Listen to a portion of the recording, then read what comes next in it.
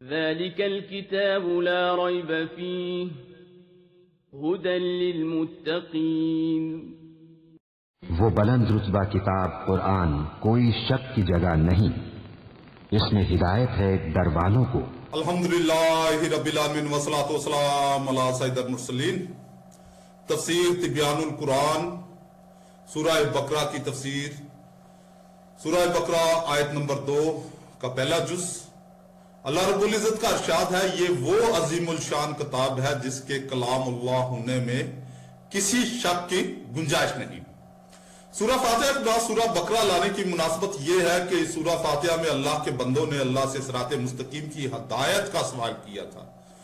جو نام یافتہ لوگوں کا راستہ ہو، گمراہ اور مغضوب لوگوں کا راستہ نہ ہو۔ تو اللہ رب العزت نے فرمایا، جس ہدایت کا تم نے سوال کیا ہے وہ اس کتاب میں ہے، اور اس میں انعام یافتہ لوگوں کی صفات بیان کی کہ وہ اللہ سے ڈرنے والے ہیں، غیب پر ایمان لاتے ہیں، نماز قائم رکھتے ہیں، اللہ تعالیٰ کے دیے ہوئے مال سے خرچ کرتے ہیں۔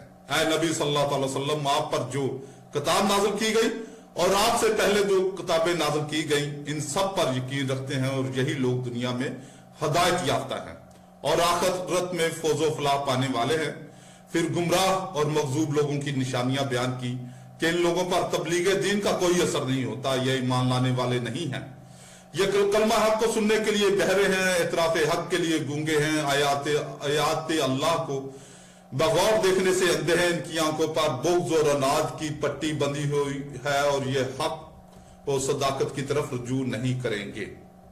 عربی قواعد کے مطابق ذالکہ کسی بعید چیز کی طرف اشارہ کرنے کے لیے آتا ہے، اور یہاں کتاب کی طرف اشارہ ہے جو قریب ہے، لیکن یہاں بعد رتبہ کو بعد مسافت کے قائم مقام کیا گیا ہے، اس لیے اس کا معنی ہے وہ عظیم الشان کتاب۔ تو وہ عظیم الشان کتاب سے مراد یہاں پر قرآن مجید ہے۔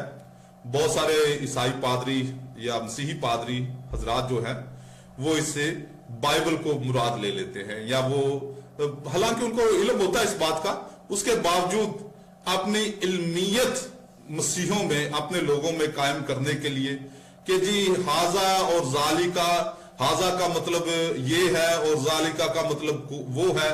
اب حاذا اگر وہ قرآن کے بارے میں کہا گیا تو یہ حاذا ہونا چاہیے، کیونکہ یہ آپ اس کے جو بندہ پڑھ رہا ہے اس کے پاس ہے۔ تو ذالکہ کہا گیا، اس سے مراد وہ ہے جس سے وہ بائبل کو مراد لیتے ہیں۔ تو یہ مسیحی حضرات کی بہت ساری بیوقوفیوں میں سے ایک یہ بھی بہت بڑی بیوقوفی ہے۔ تو اب مزید ہم اپنے موضوع کی طرف آتے ہیں، کتاب کا لغوی اور اصطلاحی معنی۔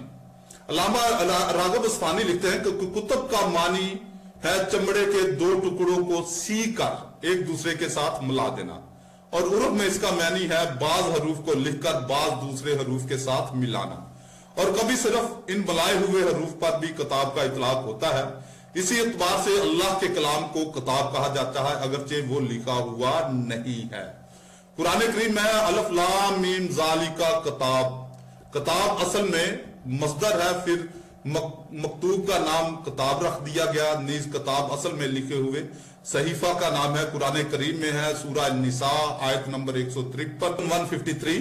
اہل کتاب آپ سے یہ سوال کرتے ہیں کہ آپ ان پر آسمان سے کوئی صحیفہ نازل کرتے۔ فرض اور تقدیر کے معنی میں کتاب کا لفظ مستعمل ہے۔ قرآن کریم میں سورہ بقرہ آیت نمبر 183 میں ہے، اے ایمان والو تم پر روزہ رکھنا فرض کیا گیا ہے جس طرح تم سے پہلے لوگوں پر فرض کیا گیا۔ سورہ توبہ آیت نمبر 51 آپ صلی اللہ علیہ وسلم کہیے، ہمیں صرف وہی چیز پہنچے گی جو ہمارے لیے اللہ نے مقدر کر دی ہے۔ سورہ ال عمران آیت نمبر 53 کتاب کا لفظ بنانے اور شمار کرنے کے معنی میں بھی آتا ہے۔ سورہ ال عمران آیت نمبر 53 100 گواہی دینے والوں کے ساتھ ہمارا شمار کر لے۔ اللہ کی طرف سے حجت ثابتہ کے معنی میں بھی کتاب کا لفظ مستعمل ہے۔ قرآن کریم میں ہے سورہ الزخرف آیت نمبر 21، کیا ہم نے اس قرآن سے پہلے انہیں کوئی حجت ثابتہ دی ہے؟ سورہ الصفات آیت نمبر 157، تم اپنی حجت ثابتہ لے آؤ اگر تم سچے ہو۔ کتاب کا لفظ حکم کے معنی میں بھی وارد ہے۔ قرآن کریم میں ہے سورہ الانفال آیت نمبر 68، اگر پہلے معاف کر دینے کا حکم اللہ کی طرف سے نہ ہوتا تو کافروں سے جو فدیہ کا مال تم نے لیا تھا تمہیں اس میں ضرور بڑا عذاب پہنچتا۔ قرآن مجید میں جہاں اہل کتاب کا لفظ آتا ہے تو اس کتاب سے تورات، انجیل یا یہ دونوں کتابیں مراد ہوتی ہیں، بائبل ہرگز مراد نہیں ہوتی۔ کتاب کا اصطلاحی معنی یہ ہے وہ صحیفہ جو ایسے متعدد مسائل کا جامعہ ہو جو جنساً متحد ہوں اور نوعاً اور صنفاً مختلف ہوں، اور وہ صحیفہ ابواب اور فصول پر منقسم ہو جیسے کتاب الطہارت، کتاب الزکوٰۃ وغیرہ۔ اس آیت میں کتاب سے مراد آسمانی صحیفہ ہے یعنی قرآن کریم۔ ریب کا معنی علامہ زبیدی لکھتے ہیں کہ ریب کا معنی حاجت ہے۔ حدیث میں رسول اللہ صلی اللہ علیہ وسلم کے پاس سے کچھ یہودی گزرے، بعض نے کہا ان سے سوال کرو اور بعض نے کہا تمہیں ان سے سوال کی کیا حاجت ہے۔ اور ریب کا معنی شک اور تہمت بھی ہے۔ ابن کثیر نے کہا کہ ریب اس شک کو کہتے ہیں جس میں تہمت کا عنصر شامل ہو۔ حدیث میں ہے جس چیز میں ریب ہو اس کو چھوڑ دو اور اس کو اختیار کرو جس میں ریب نہ ہو۔ حضرت ابو بکر نے رضی اللہ تعالیٰ عنہ نے حضرت عمر رضی اللہ تعالیٰ عنہ کو وصیت کی جس چیز میں بالکل شبہ نہ ہو اس کو لازم کر لو۔ رسول اللہ صلی اللہ علیہ وسلم نے حضرت فاطمہ رضی اللہ تعالیٰ عنہ کے بارے میں فرمایا جو چیز حضرت فاطمہ رضی اللہ کو بے قرار کرتی ہے وہ مجھے بے قرار کرتی ہے، اور تہذیب میں ہے شک ما تہمت کو ریب کہتے ہیں۔ قرآن کریم میں ریب کی نفی اور اس بات کا محمل۔ شک کی حقیقت ہے کسی چیز کا دل میں کھٹکنا اور دل کا مضطرب ہونا۔